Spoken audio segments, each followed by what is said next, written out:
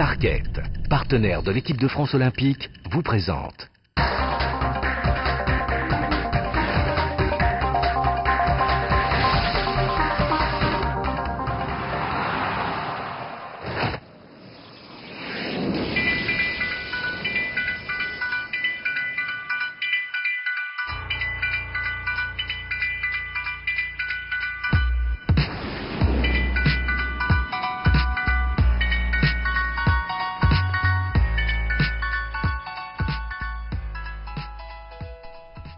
Sur 7200 demandes, seuls 280 seront retenues.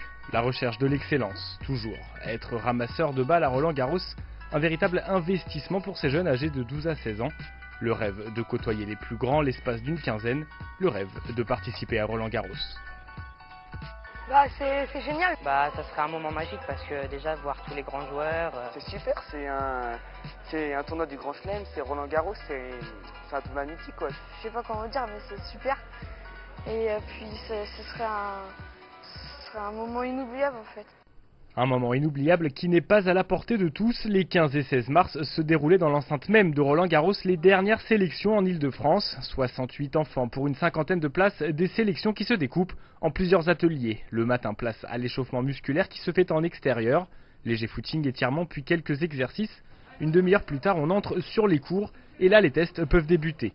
Les 68 enfants sont divisés en petits groupes encadrés par d'anciens ramasseurs de balles. Équilibre, vitesse, endurance ou réflexe, ces premiers tests sont une manière d'évaluer les futurs ramasseurs sur leurs compétences physiques.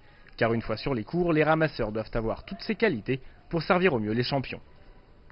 Les joueurs le disent, ils sont très efficaces, ils sont très rapides, ils répondent pratiquement à tous les besoins du joueur. Quand un joueur a besoin de quelque chose, il sait que le petit il a été briefé là-dessus, il va répondre aux besoins des joueurs.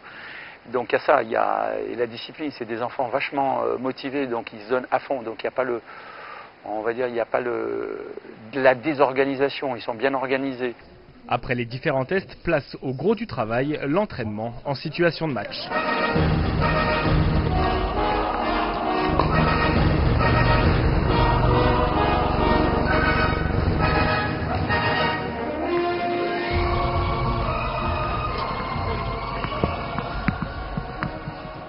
Approcher les plus grands, chacun des apprentis ramasseurs en rêve, mais pendant le tournoi, les journées sont loin d'être reposantes. Arrivés aux alentours de 9 h à Roland-Garros, les ramasseurs sont divisés par équipes de 6.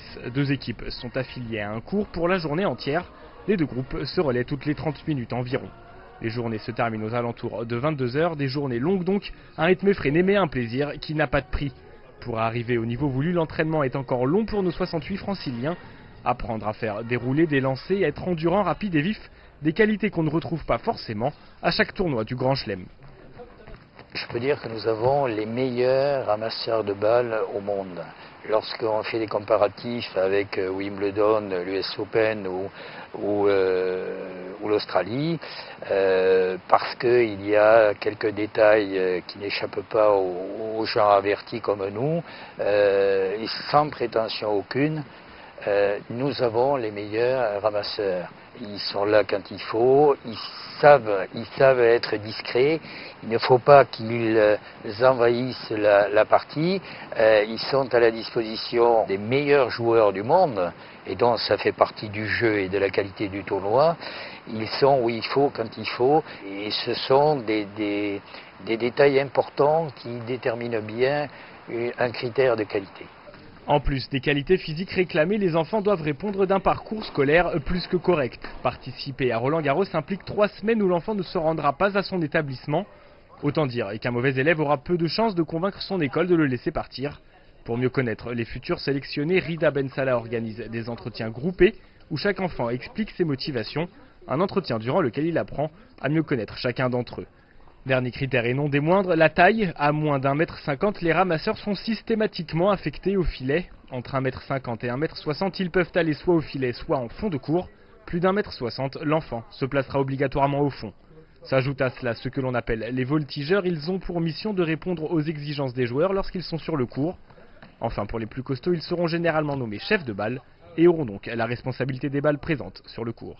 Au moment d'achever le week-end, aucun ne sait encore s'il sera sélectionné ou non pour la compétition reine. Quelques déçus certes, mais beaucoup d'heureux qui auront la chance, entre le 25 mai et le 8 juin prochain, d'accomplir un rêve de gosse.